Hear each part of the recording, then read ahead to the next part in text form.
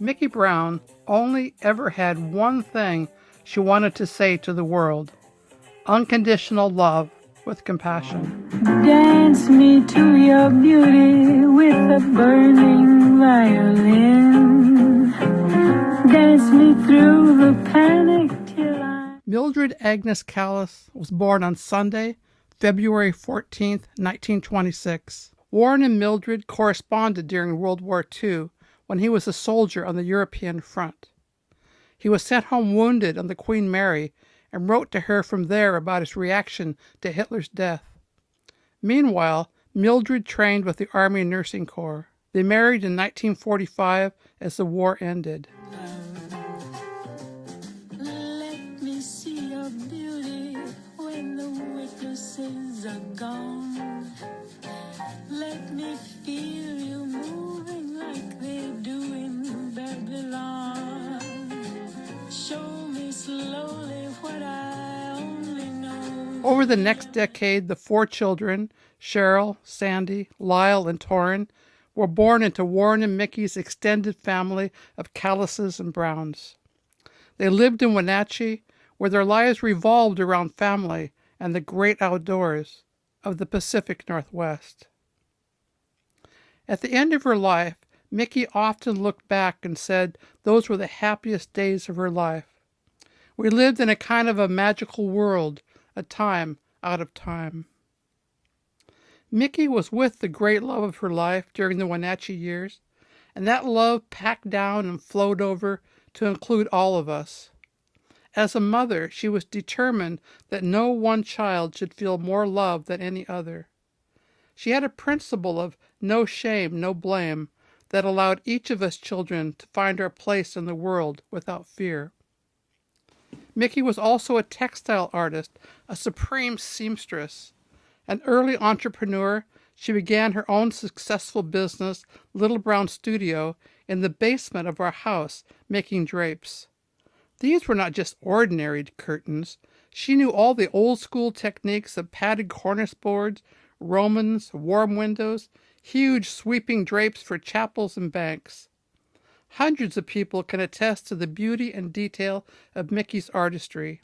She was always entranced by the fabric arts, textures, colors, and design. Mickey was on a lifetime spiritual journey. Born a minister's daughter, she sought beyond the Pentecostal tradition to discover for herself the foundation of all religions in pure source, which she called unconditional love.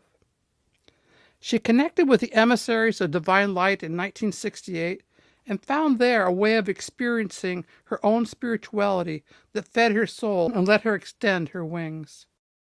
With your naked hand, touch me with your glove. Dance me to the end of love. Dance.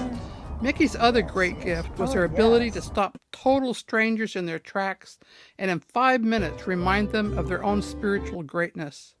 Fired and inspired, every stranger became a friend, changed by Mickey's passion.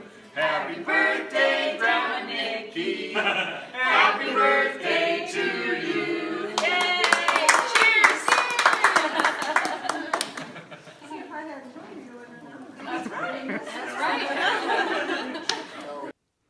She had an ecstatic nature, able to give herself over completely to joy, to an experience of oneness with the divine, both inward and outward. She just loved to dance.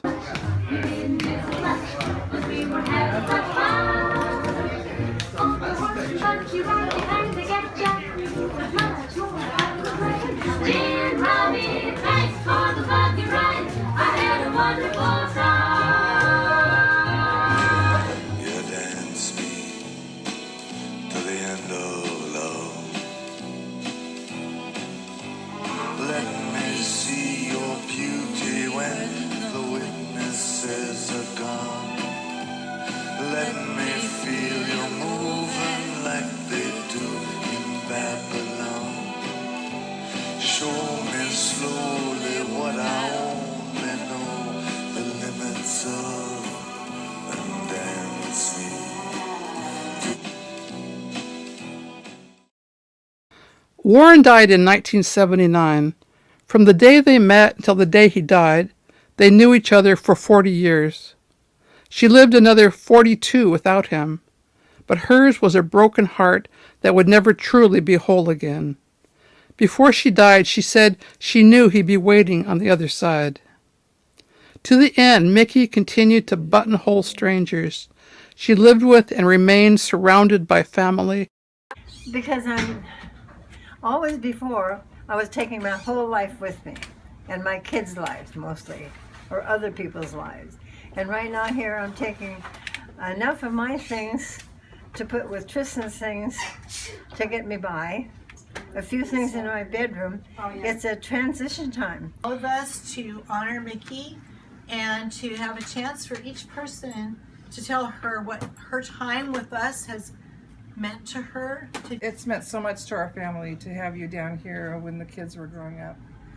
Well, I don't remember when I first met you, that's for sure. I'll fly away to that home. Taking so much pleasure in choosing, making, and giving gifts. She knew exactly what to do with her one wild and precious life, and that was unconditional love.